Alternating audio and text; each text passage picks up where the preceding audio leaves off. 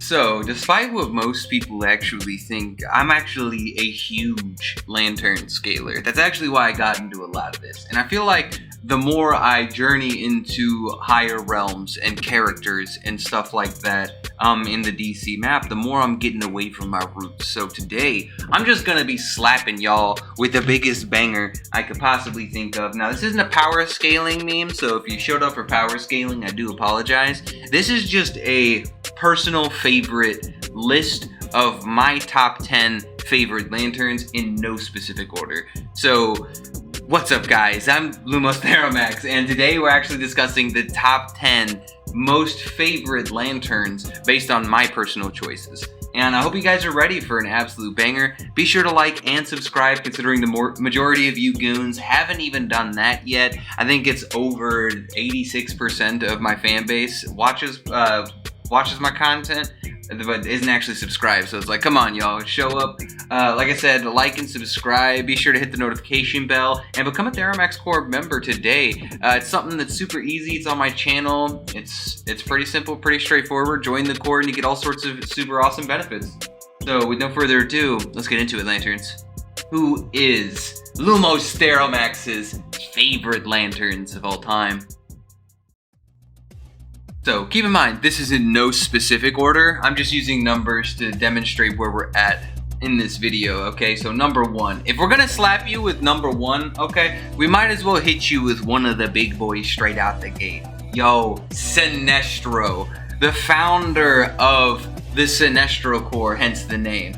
Sinestro is arguably the greatest user of fear throughout all of DC in terms of what he can utilize. He's overcome Parallax, he's a constant op to Hal Jordan, arguably one of the greatest Green Lanterns, if not the greatest Green Lantern, and he's just got so much going on for him. He's an anti-hero who has a genuinely interesting goal, and when his prep time finally does come in, it's hard, dude. Holy shit, we have things like Sinestro Corps War we have to thank for him, and he's almost always a pivotal member in almost every major event that happens throughout the very large universe that exists outside of just Earth. So it's cool to have like a cosmic faring villain who's always showing back up and is always consistently a problem, but at times is also seen as a main character, much like he was at the beginning of the New 52, or even a lot of Jeff Johns' entire run. You kind of see things from a unique lens from Sinestro and the concept of fear. Hands down one of the most goated lanterns of all time, because he's always kicking and he's always one of the strongest on the list, no matter who step up to stop them. Even if it's the entire Green Lantern Corps, the Guardians, the New Gods, it doesn't matter. Sinestro's always the man on the wall waiting. What is your favorite Sinestro moment? Tell me that down low, because Sinestro, he's arguably my favorite lantern of all time. He's a fucking homie, okay? This guy definitely knows what's up. Okay, following him, I'm gonna slap you with another classic big boy lantern, okay? My main man, the Agent Orange himself, Larfleeze. Larfleeze is a one-man wrecking crew, and his origins make him definitively, in my opinion, one of the best lanterns ever. He was in a band of thieves who managed to steal a powerful box from the Guardians of the Universe at that point in time from Krona, and it actually contained Parallax in it. Then they used the map on that box to go and find an orange battery where the entity of Avarice is actually contained.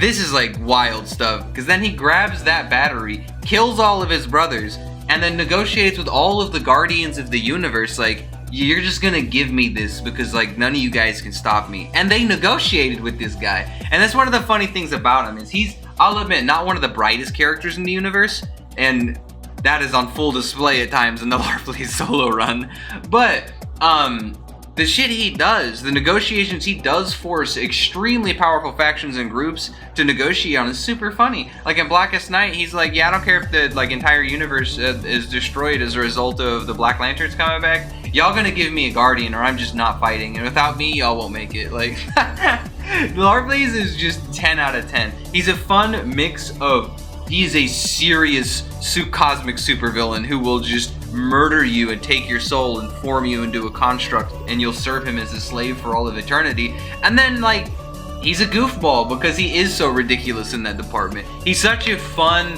and healthy balance of a goofy villain and like one of the most dangerous villains in the galaxy at the same time, depending on who's kind of writing him at the time. Definitely would recommend it. He's got absurd powers. He swiped away the entire house of Tuath Dan pretty casually, which included a god named Sol, who represented everything in creation. And Larfleeze was like, yo, you represent everything in creation? Then give it to me, it's mine! Okay, we've mentioned the GOAT of the Sinestro Corps. We've mentioned the GOAT of the orange side of the spectrum. So now let's reference the GOAT of the entire Green Lantern Corps, my boy Hal Jordan. Okay, things might have started off with Alan Scott whenever it comes to the idea of Green Lantern, but everything that is Green Lantern in the current day is kind of solidified and brought into reality through Hal Jordan. Hal Jordan has the longest amount of adventures. He's dealt with the largest variety of different problems and things, and consistently he's always pushed above and beyond to overcome any problem in front of him, be it man, God, or concept, it didn't matter, okay? Hal Jordan has always stepped up and fought for everything that he believed in, and he's pretty OG. He's got an awesome origin story. I mean, his dad served in the armed forces and tragically died, but despite that, he didn't give in to the fear of his father dying in that plane crash. He decided to become a fighter pilot as a result of that. His constructs are simple but powerful. He has amazing character moments consistently throughout the Johns run that are just absolutely goated. There's an awesome scene where he fights Krona and manages to actually just kill Krona in a 1v1 plus all of the emotional entities besides, I think, just life in Brightest Day, or I guess the subsequent follow-up to Brightest Day. And Hal is just always one of the goated characters. He's so enmeshed in the concept of willpower. He literally has become the concept of willpower in Rebirth and towards the end of like the New 52 stuff. He's just goated, all right? And he's definitively the best Green Lantern that sits on the table, and I hear all those John Stewart fans out there molding into oblivion, but guess what, boys? It is what it is. John Stewart's powerful, but only with the Godstorm. Hal Jordan's always been powerful as a Green Lantern, and is always considered arguably the greatest Green Lantern that ever was, even by characters like the Guardians. So you just kind of gotta cope and seethe with Hal being the best of the best that the Green Lantern Corps has to offer. And honestly, the simplicity does it the best. Solid character origin, solid character actions, solid character. Up next is another one of the Green Lantern Corps members, but somebody who's actually moved far beyond just the Green Lantern Corps. So you notice how so far I've picked out a bunch of the different people who are major aspects of each corps. However, Kyle's one of those that kind of separate himself out from any of the others because he went on a whole journey where he became the White Lantern, the master of all emotions, not just an individual emotion like Hal Jordan with will, or Sinestro with fear, or Larfleeze with greed. Kyle masters all of them and forges a new ring that becomes a White Lantern ring. And just the feats and adventures he goes on as the White Lantern are absolutely phenomenal. It's a story I'd recommend a little bit of everyone read just because it's absolutely mad stuff. He winds up utilizing the life equation, moving past the source wall, fighting gods, fighting concepts, fighting even dark halves of himself that were equal in nature, and they had to use the source itself to write them out of existence. This guy is like a walking meme in terms of how powerful he is, because anybody who taps into the source or can alter the source in DC is pretty wild, okay? Like, let's face it, it's on some stuff, to say the least. That, and Kyle's character element is always second fiddle to Hal Jordan whenever it comes to his time as a Green Lantern.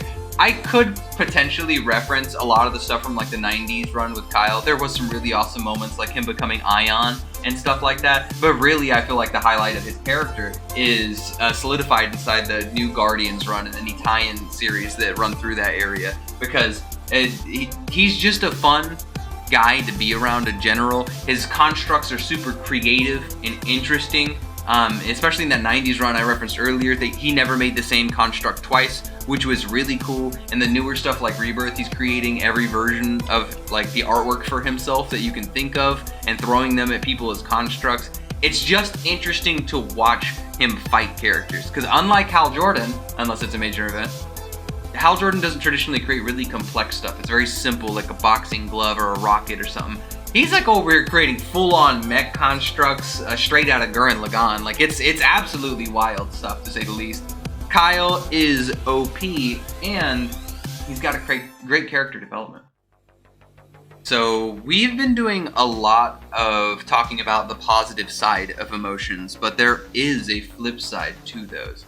And specifically, I'm referring to black rings, death as a concept. And there's two specific characters here that I'm going to hit you guys with, but the first one I want to touch up on first, just because of how absurd they are, okay? This character isn't even from the same universe as every other Lantern I've actually mentioned here, who happen to be from the Prime universe. Deathstorm is a character that comes straight out of a separate Earth where all the heroes are villains, and they formed a group called the Crime Syndicate. And their version of Firestorm is a guy named Deathstorm. He wound up becoming a Black Lantern later on during the events of Brightest Day, or during the events of Blackest Night, and this guy is a psychopath, okay? He's just walking around. He lacks the limitations that normal Firestorm has. He can just transmute organics. He just runs around turning people into the Salt for memes. I have an awesome video, okay, on Deathstorm. Check it out, okay? This guy's got every feat you could imagine. He creates an entire Justice League out of Black Lantern Justice League out of just random debris nearby him, because his reality warping was genuinely on that scale. He infected life itself as a concept and had life itself shitting itself because it was like, bro, that guy's going to end everything. This guy is messed up. I cannot stress it enough. Deathstorm was on a whole nother level. This guy was working with the fucking anti-monitor. That's how hardcore this guy was, alright? Deathstorm is on another level, man. I 10 out of 10 recommend picking up some of the tie-in comics that reference him. Brightest Day has some really crazy stuff for him, if you're interested. Keeping on the trend of discussing Black Lantern ring users, of course we have to have the OG Black Lantern on the list. How could I have a top 10 Lanterns list without my boy Blackhand? Okay, Blackhand is arguably one of the very few genuine Black Lanterns, because he earned his ring. Unlike a lot of the people, especially during Blackest Night and stuff, where they just happen to have a ring latch onto them forcefully. He's on a whole different level. This guy is the conceptual entity for death itself inside our reality. This guy has summoned Necron into our plane of existence. He's boloed entire groups of Guardians by himself. He's a constant op to Sinestro. I mean, basically all of life itself, but Sinestro, Hal Jordan, Atrocitus. Like, he's just got an absolutely wild story, and it's twisted weird. Like, he grew up in a family that messed with dead bodies and fixed them up so they could be presented during funerals, and he just had a weird obsession with death after that.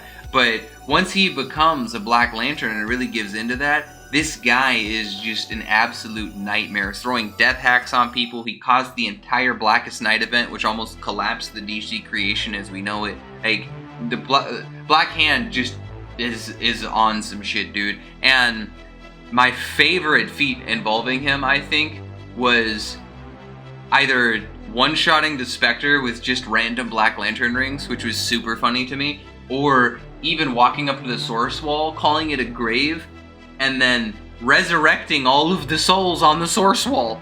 Like, bro, that doesn't even make sense, but Blackhand did it, and then he resists those source wall hacks for a pretty consistent amount of time after that. Like, it's absolutely wild. Blackhand is, needless to say, one of the best Lanterns around, man, in terms of what he's bringing to the table. Yo, it's your boy Lumos again, and I know what you're thinking. Wait a minute, there was only 5 in that list, and you're not wrong. That's because whenever I first started recording this, things got a little crazy, okay, and I wound up doing 30 minutes plus. There is 5 more characters past this, and even some honorary ones I mentioned beyond that, but I'm gonna need your help, y'all. I need you to hit the like button, because if I get 50 or more likes, I will release part 2 to this and you will get to see the second half of my list.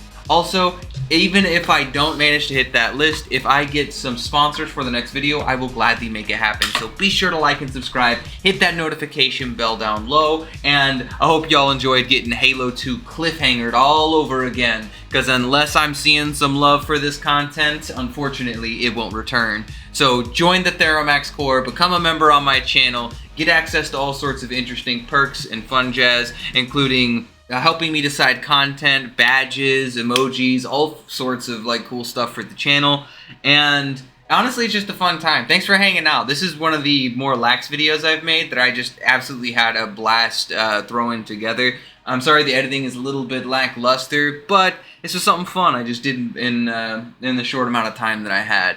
So thanks a ton to my boy Gravity Titan, as well as my boy Rockin' Alice, who sponsored this specific video, and who knows, we might see some things change up in the future. And if you want your name mentioned here, become a Theromax Corps member today.